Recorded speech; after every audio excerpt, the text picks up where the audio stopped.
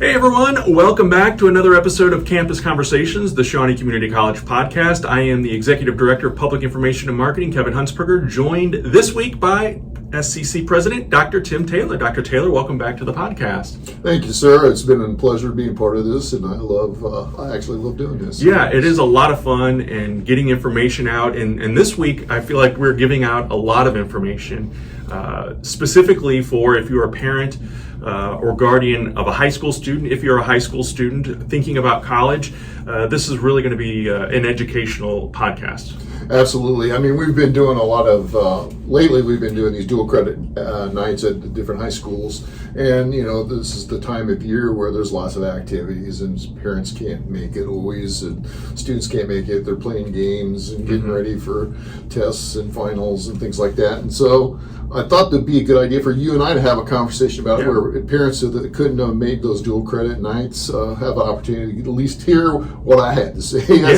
as it relates to dual credit and how they can support their students and how the students need to prepare themselves for dual credit as they move forward in the future. I think it's really important. Yeah, and so, I think probably the first thing that comes to mind a lot of times is, what exactly is dual credit? When can a high school student start taking these classes? Great question.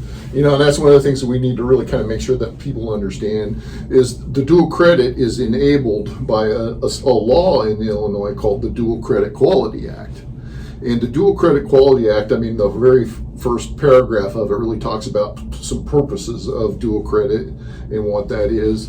And from a parent's perspective, in a student's perspective, the primary purpose is to help that student finish a college credential so they can get into a job more quickly than if they didn't otherwise have dual credit available. Okay. And so sometimes people think it's just to get them in so they can transfer to a university, but it's really to help them get into the job market much more quickly. And so if that is the primary purpose, then we need to talk about how we do that in a very intentional kind of way so that students are able to make informed choices, parents can make informed choices to help them move that forward. And of course, if you're a parent, one of the things you gotta love about dual credit, at least around here, is it's a way to help save some money for a higher education institution. But I want to talk, as we get into the podcast, I want to talk about some pitfalls on that that I've personally experienced as a parent. Okay. and we want to make sure our parents understand that there's choices that need to be made along the way, and if we don't make the right choices, sometimes that money saved is not what is promised. So we can talk more about that. How soon can a high school student get involved with dual credit? Okay, so dual credit is something where you have to be a college junior, or excuse me, a high school junior. Yeah.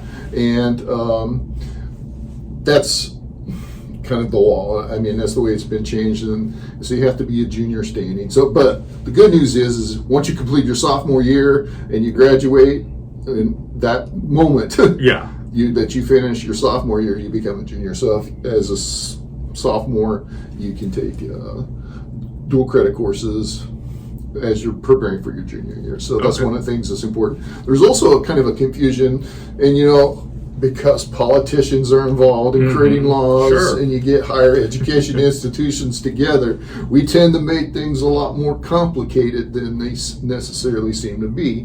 And dual credit, of course, is no different. We have, in Illinois, there's a difference between dual credit and dual enrollment. They're actually two different things. Okay, talk about that. And so, dual credit, you can be classified a whole lot of different ways, but the simplest way to understand dual credit is you're taking a kid is taking a course at the high school during normal hours, and a college, and they're taking a college course at the high school during normal business hours, and they're receiving both college and high school credit. And so that's really the key. You're getting both college and high school credit, so that makes dual credit. Sure. So dual enrollment is a little bit different. You're taking, as a junior or a senior, you're taking a college course, and it's usually at the college campus. Okay. But you're only getting college credit for it. Okay. But when you're taking back many years ago, 30 plus years ago, when I was in high school, I was taking classes that I was getting high school credit and college credit for. And so that we're being taught by high school teachers, and that's where the dual credit comes into play. Right. Well, Typically speaking. When you went to high school, they had that available? Yeah. So they didn't have it available when I went to high school. But, yeah, I mean, basically the state of Illinois has codified that so that you can get credit for high school and credit for college at the same time for some courses. Now, the key element of the Dual Credit Quality Act, almost the second line after it talks about the purpose, is it's a college level course. Oh, yeah. And so that's important to understand because a lot of times people look at a dual credit course and think it's a high school course that's risen to the level of rigor that it qualifies for a college course. Okay. And it's not. It's not that way. It can't be looked at that way. And it really kind of damages our accreditation reviews if people treat it like that. It's really got to be treated as a college course in which the high school also gives credit for it. And like I said, when you get higher education people and politicians involved, we complicate it. And so part of the complication is there's multiple types of dual credit courses. And so there's what's called a type A course. Okay. And that is usually taught at, like what you had, at the high school by a high school faculty member. And so it's always about, when we talk about types, it's about where it's taught and who's teaching. Okay. And so type A is at the high school with a high school instructor. A type B is at the high school with a college instructor. So sometimes we'll send a college instructor in. I mean, sometimes it's our full-time faculty, sometimes it's an adjunct faculty, but it'll be a college faculty member teaching the course at the high school. At the high school, okay. Then there's a type C, and that's basically any kind of online distance learning or some sort of hybrid model of other types. Okay. And then there's type D courses, which are taught at the college with college faculty. Okay. And so that's the four types. Within each of the types, there's subtypes. Of course. So it's higher ed, right? And so in Illinois, we have something called the Illinois Articulation Initiative. And so it's basically courses that are primarily developed so that they will transfer easily into a university system. Okay. And so IAI stands for Illinois Articulation Initiatives. If it's an IAI course, or they're called priority courses, and so there'd be a type A priority. Okay. And then if it's not an IA course, it's non-priority. And so then there's a type A priority, type A non-priority, type B priority, type B non-priority. We'll get back to type C in a second. Okay. And then there's a type D priority and a non-priority. So there's subtypes within them. Type Cs are even more complex because you can have a high school teacher teaching online, or you can have a priority course or a high school teacher teaching online that's a non-priority course. Okay. Or a college instructor teaching online that's teaching a priority course or non-priority. There's actually about 8 or 10 different subtypes of type Cs. Wow. And so I think for the general parent or student, you don't need to know it, other than the fact that there are multiple types of online courses, multiple types of dual credit courses, and it's really up to kind of the K-12 district and the college to work together to identify those and then make those options available for the student. But it's very important that parents, particularly parents, understand that these are college courses because we have to treat them like college courses. And one of the major differences is about rights, education rights and Privacy Act. The college is responsible for ensuring that students' rights are protected by federal law. And so what happens a lot of times is as a parent, you want to know how your student's doing. And so you call up and you say, how's Tim doing today in class? And we have to tell you, sorry, we can't talk to you because the student hasn't released that information. Even though they're 16 or 17, we still have a way that we have to protect their rights by federal law. So luckily there's a way around it, and the student can sign a waiver. And then once we have that waiver on file, then we can talk to the parent. Now, I know a lot of times students want their parents there. I mean, my kids were like that. I mean, whenever they had a question, Dad, Mom, come talk to me come with me and make sure I'm asking the right questions. And that's cool, but we just need to have that waiver on file so that we don't get caught for violating the law. So ask for the FERPA waiver when you are enrolling in this, if you want that. I mean, if you want to know how your student's doing, if they're, getting a grade we'll be happy, or if they've registered, or if they've not paid their bill or whatever, just give us a call and we'll help you through that waiver process. Our team here is excellent And about that. I'm speaking from experience from my now wife, but back in the day when we were dating and in college, her stepmom wanted information and had called her instructors, and they were like, "We can't give you that information." So even if mom and dad are paying the bill, FERPA still is in effect there. So you can't play the "I'm paying for this" card on that. You can try, but you can try. The law is the law. I'm not saying I agree with it, but it is what it is. Yeah, no, I agree. I understand. I mean, I had that same feeling. Hey, with my son, I paid a lot of money for him to go to the university. I feel like I ought to be able to know. But, right. Yes. But it's just the way the law is. But there's ways around it, and then work with our team, our student affairs team. Just give us a call and we'll help you through that process. The second thing has to do with a kind of a misunderstanding about the way the college handles access and IEPs and things like that. What people don't realize is the law that governs K-12 is kind of a 504 Rehabilitation Act. So you'll hear things like 504 plans, IEPs, accommodations, and services. That's a law that applies to K-12. It's a federal law.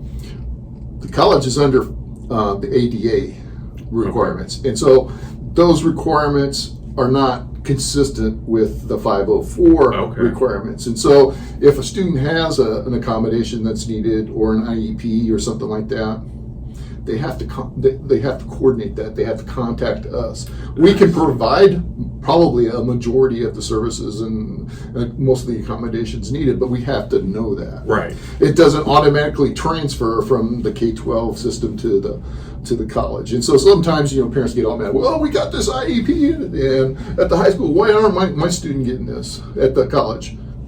We didn't know. Right. Yeah. Or no one's asked. Yeah. And so be aware that there's a difference in the law and that, it's very helpful if you communicate ahead of time so we don't run into these problems where students halfway through the term didn't get the accommodation that they needed that we probably could have easily provided if we just knew. Right, yeah. Okay, so those are at least two major legal differences because these are college courses. Even if they're type A at the high school, they still falls in that. Because they're college courses. Yeah. But the good news is even if you're taking only type A courses at the high school, all of the college's resources, so our library services, our tutoring, basically all of our things that we have here are also available for all college students. So it doesn't matter that it's dual credit, it doesn't matter what type it is, all of these services. So we have the career services piece where we have, the Lightcast and the analytics and all the career stuff that helps students make choices about what they want to do in the future. Those are all available.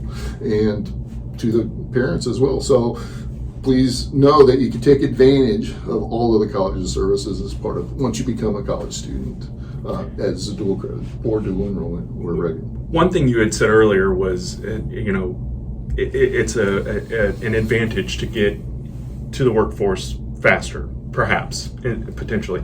I know here at Shawnee we provide or offer a lot of non-traditional, we have English and math and science and all that, but then there's welding and truck driving and, more hands-on automotive technology, cosmetology. Does dual credit work in the same way with those kinds of courses, or is that something that's still? Yeah, absolutely. We've got probably the majority of the dual credit courses that we have right now are type A and they are priority, so they are aimed at transfer. But over the last couple of years, we've done a lot of work trying to expand into the career tech ed pieces. And so we've got some dual credit courses for welding, for automotive. We're doing CNA as a dual credit course. And so our intention is to continuously grow those kinds of programs as we move forward. The IAI courses are great, and it really does potentially help with the transfer. But, in another podcast that we're going to talk about is the probably the number of bachelor's number of students who get bachelor's degrees that are working in occupations that don't really require a bachelor's degree. So there's a, and this is from like the Pew Educational Trust, there's a overabundance of bachelor degree graduates, and the jobs that are required are mainly post-secondary up to some college. And so, but that's a different podcast. Sure. But the idea of moving into the job quickly is probably the most important element of this whole thing, because if you're moving into a job quickly, you're earning money instead of paying tuition, right? And so for every year that you're out earning money instead of paying tuition, you're getting that much further ahead within your lifetime earnings. Now, do parents and the student have to do some due diligence and know that if my child is going to transfer to university in 2 years, do they have to come here knowing what's going to transfer, or do our advisors help in that process and knowing, okay, well, this class will transfer, this one won't? Great question. And this is probably what I was counseling the parents on and the students that are wanting to take dual credit. The most important thing that you can do as a student, the most important thing, is to identify your major and the institution that you want to transfer as soon as possible. Okay. Critical. I mean, the best advice I can give anybody who's considering dual credit or college is to identify that major and identify that college or university that you want to transfer to as soon as possible. And there's reasons for this. The community college is kind of set up to be a place where you can explore and find yourself, find a career that you're interested in, and that's fine. I mean, and that's one of our purposes. And people are going to change majors. We know that. I mean, I was an engineering major, and here I am in education. So people change majors. Yeah. But people don't understand that each university is made up of multiple colleges.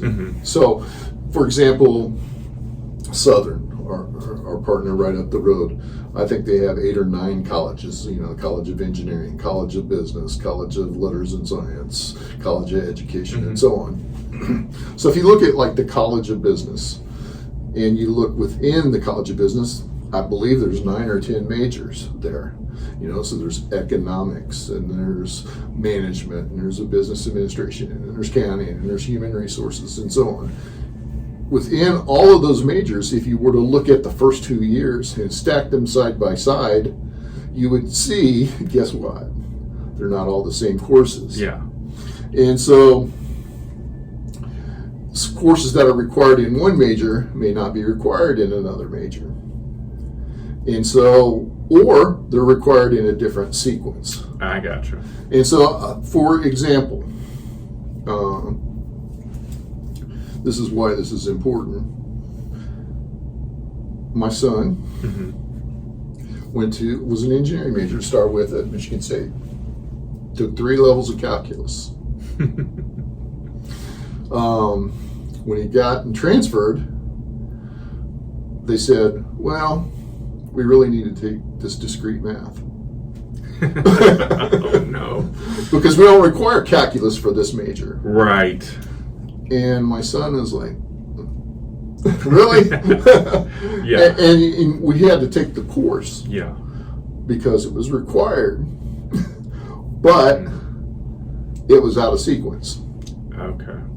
And so, and he also said, man, it's the easiest course I ever had at higher, because I already knew this stuff pretty easy. Yeah. And so the majors, you got to really, identifying your major helps us construct your program of study so that it articulates more seamlessly. I gotcha. So the sooner you can identify which major, and guess what? SIU's majors are different than CMO's. Yeah. And CMO's is different than Murray State's, and Murray State's is different than Eastern, and so on. So each university has different colleges, they have different majors, and they have different major requirements depending on what you want to do. So the sooner you can identify that major, the more easily we can articulate with those universities and put you on a path that will get you through that program of study.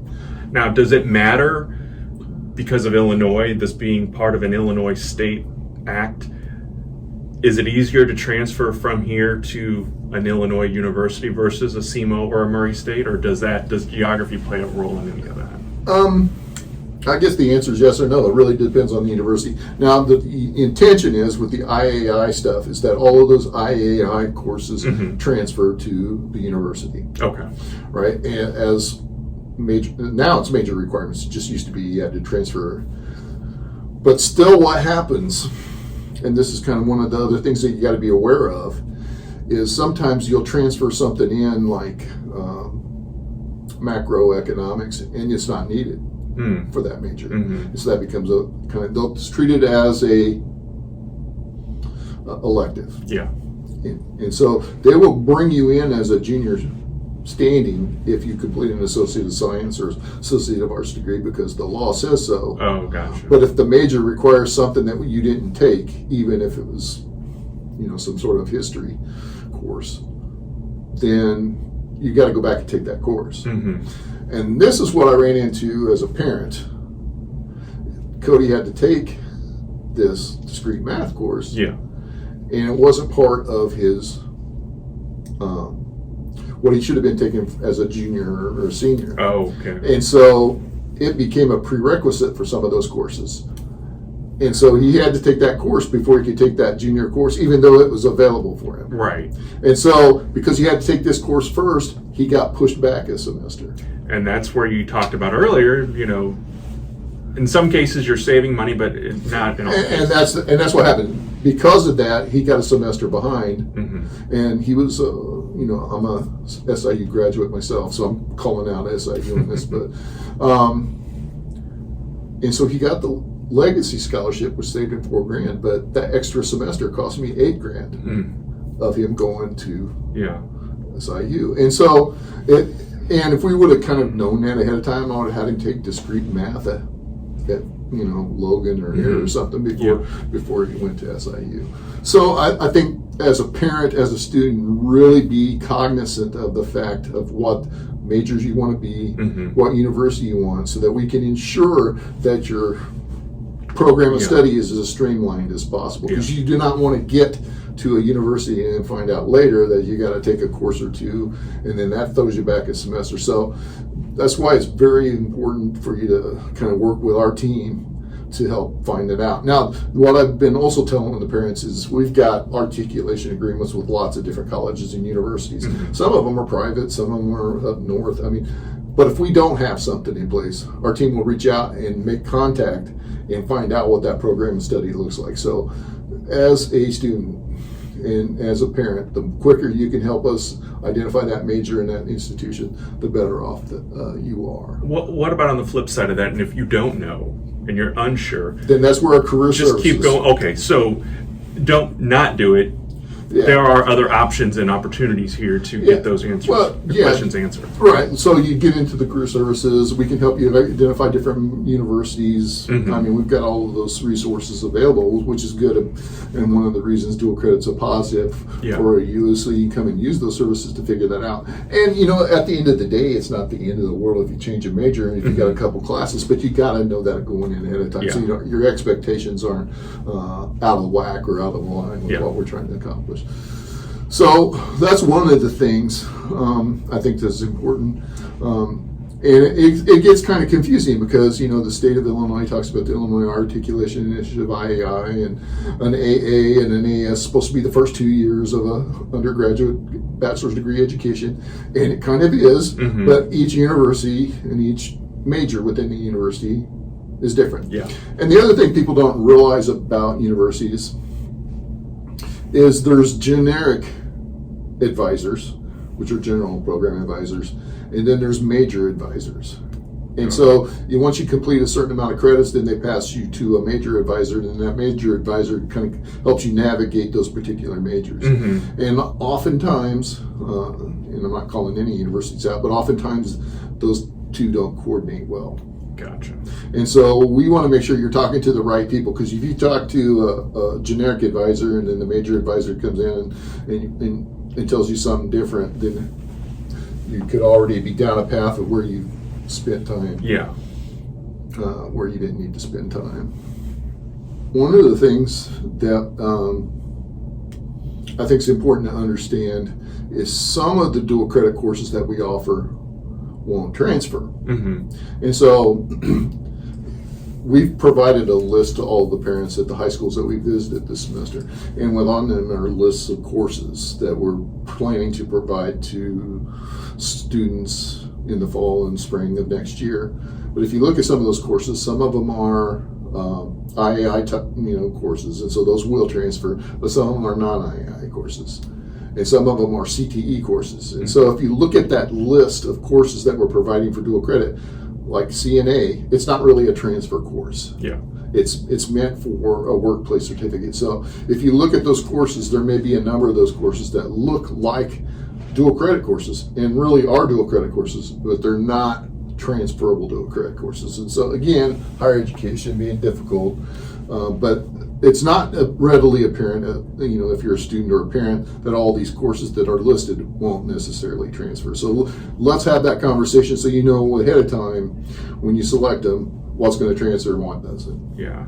And if you have questions along the way, visit our website, shawneecc.edu, or you can call us. The number is 618-634-3200, and we'll have that information in the write-up of this podcast. You may be driving to work listening to this, so you can always search for Shawnee Community College and reach out through our social media. We will get you connected and hooked up with the right people to get those questions. Or you can even start with your high school counselors, and we have relationships with all of them as well. Yeah, absolutely. They're a great place to start. I mean, they're a good team too. Most of the high school counselors are well informed and are very familiar with our programs, and so that would be a great place to start. But you need to really kind of connect with our counselors and advisors as soon as you can, as well as, and work with both and let those both help coach you through this process. It's very, it can be confusing and murky waters, but obviously, like you said, there are a lot of people here that are ready to guide you down that right path, because year after year, this has been a thing here at Shawnee College and other institutions as well. So our folks here are ready to help and can help you get started in that next career path, or get your educational journey even started here. So so there's one other kind of pitfall I want to make parents and students aware of, and that is there are some institutions, I'm not going to name any universities or anything like that, but some private institutions that are trying to get into the dual credit space. And sometimes they'll offer courses that really won't transfer to Shawnee or count for a degree. Some institutions are using private organizations like Coursera, which we've talked about in another podcast, to provide that entryway into the university, but those courses don't transfer back.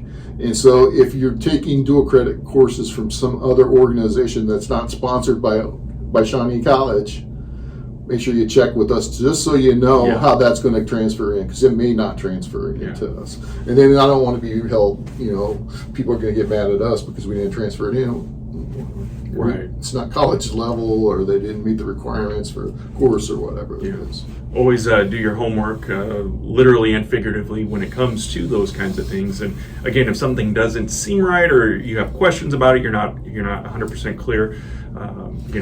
I've always prescribed to the philosophy there are no dumb questions. I may think I shouldn't ask this, but ask anyway, because it could end up saving time and money in the long run. And again, I don't want to call it universities, but some of the universities within our state of Illinois are using Coursera for this. Oh, wow. And so it may seem legitimate. Yeah. It's coming from a recognized university, but ask who's the provider, ask how it transfers to Shawnee College. They'll clear it up. And if you still want to take it, great, that's fine. Yeah. But just know that it's not probably going to transfer, or it will. Yeah. One of the two. Yeah. So to help students, one of the things that we're trying to provide for next year are really two things. Within our agreements for dual credit that we're working on right now, we're going to provide a sequence sheets that are for generic AS degrees. Mm-hmm. And so this will be a way for students to track manually their progress as they take courses that are dual credit and connect them to the degrees that they're pursuing. So that's one thing. The other thing is we're going to start working. We've got a pilot test next year for a student portal that EAB app that Student Affairs is purchasing has the ability to provide that portal experience for students. And so at some point, we're going to be able to provide students with the ability to do a grad audit at any point that they want to. They can still use the paper to do that. So if you don't have access to these sequences through the high school, call our advisors, counselors will get you some, and they're pretty simple PDFs that you can print off and just kind of track and look forward to. Awesome. So I think the last thing that I'd like to talk about dual credit is I'm sure there's a lot of news that people are graduating with high school degrees and college degrees at the same time, or they're graduating with a college degree before they graduate with their high school. Right. So that is in fact true, but it's not kind of the majority of students. Those students who do that generally take a lot of dual enrollment along the way. And so they'll take summer courses, they'll take, courses at night during the fall and spring terms as well. And so they have a fair amount of other courses that are not dual credit. And so if you want to do that as a student, and we certainly hope that you're willing to, but you're going to end up making some sacrifices probably. But pay attention to our schedule. See what we've got on the schedule for the summer. Pay attention to what we got on for the fall and spring. And supplement your degree with those courses that will help you get there faster. What advice do you have for parents as, maybe a sophomore that's wrapping up? We're recording this the first week of May of 2024, so wrapping up their sophomore years, and they really now are eligible to start looking into, and even this summer, or our Intersession that's coming up, they could get involved and start taking courses. Sure. I mean, I would, a couple things. First of all, talk to your high school counselors, find out what kind of career exploration opportunities exist at the high school. Many high schools have career cruising, different opportunities to kind of look at what you want to be when you grow up, kind of a thing. So I would do that. I would also probably consider start looking at the universities. I mean, most sophomores at this point have probably taken the PSAT, and so they know kind of where they stand in terms of college level ready. There's going to be some common courses that almost you can guarantee you're going to be at any college or university: composition 1 and 2, speech, some sort of general education math, college level math. And so you could probably take some of those courses with little risk of that not accounting for a degree moving forward. And as you take those courses, continue to explore, continue to identify what majors interest you and what universities you want to transfer to, and start getting that down. If you can get that down, I would say probably by your end of your junior year, hopefully sooner, but at least the end of your junior year, after you've taken the ACT and SAT for the first time, then you can really kind of get a good handle on where you can start to navigate and move forward. Yeah, plenty of opportunities and resources here at Shawnee Community College to get started. Yeah, and one of the things I want parents to know, let's say your child goes to a university right out of high school, and encourage you to do so. I mean, I've said it in these meetings, and I really mean it. We don't care if you come to Shawnee College. Now, I say that in that I really do want you to come to college, and I want you to know as a student and as a community member, Shawnee College is always going to be there for you. Sure. So you may even complete your bachelor's degree, and at some point, we know from our other work that you're going to need retraining at some point. Shawnee's going to be there for you. But I want you to be successful and get into that job as soon as possible. And if that means not coming to Shawnee College right out of high school, then that's probably the best path for you. And we want you to help navigate that. But Shawnee can assist you along the way, and oftentimes you're going to need help to get there. So if you got, getting back to my thought, if you get and you transfer into a university, and then you're like me, where I was in a big old lecture hall and had about 600 or 700 students, and I didn't like the class. Yeah. And I didn't go because of other social reasons. And I dropped it, or you flunk it out. pay attention to our intercession classes. If you're a parent and your student drops out of a class like psychology or sociology or history or something, let's look and see what our intercession classes do, because that's a way for that student to get back on track and not lose momentum in terms of getting their degree. I think that's important.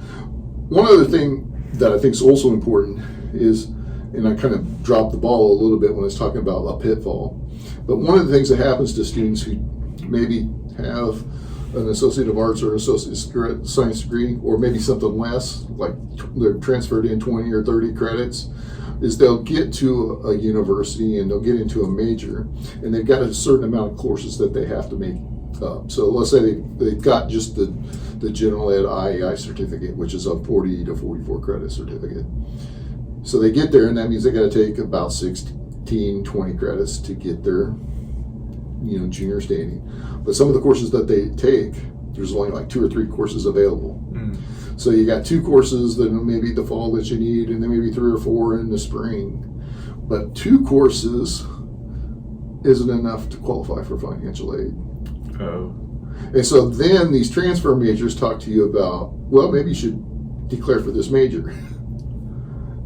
And so then you get into that pitfall, okay, because you want financial aid, you need the Pell, you need the loan, you need the scholarship, whatever it is. And then you're taking 2 courses that you really came to take, but you're also taking 2 or 3 others that you didn't necessarily come to take. And then pretty soon those extra major courses become requirements that eat into what you were originally there for, and pretty soon you're taking 15, 18, 20 credits in order to get out on time, or you extend your degree longer. Gotcha. So that's another pitfall. That's another reason why you really want to kind of identify your program of study earlier. So we can let you know, you can transfer with 30 credits or you can transfer with 15, but you want to know how those are going to be treated at that university so that you can make the most informed choices moving forward. So now when a high school student is taking classes through Shawnee, who's paying for that? Are the families paying? Are the schools picking that up? Is that where's the financial aspects coming in? You mentioned financial aid earlier, but I didn't know if any of that applied to these particular courses or not. Well, for right now, I mean, it depends on the type of course, on who's paying. And most of the time for the dual credit stuff, the high schools, actually our college board is waiving that tuition for the high school student and their parents. There's a little bit of exception with the type C's if we're providing our faculty or they're coming to our campus and using our resources more heavily. There's a little bit more cost associated with them, but currently the high school districts are also paying all of those courses for type C's and D's, and I would anticipate they would probably continue to do so in the future. If it's a dual enrollment course, then it's a college course, and then the parent is probably paying for them. But also you got to remember, Shawnee College tuition is really the most affordable tuition in the state of Illinois. Yeah. When you consider all fees that are, so it's really an affordable way, I think, to experiment with college and learn what you need to learn and get what you need to move forward. See what's best for you and your family and your child, or if you're the student listening, for you as well. So anything else, Dr. Taylor, that we need to let folks know about dual credit here at Shawnee College? Or no, I mean, but I would love to have any kinds of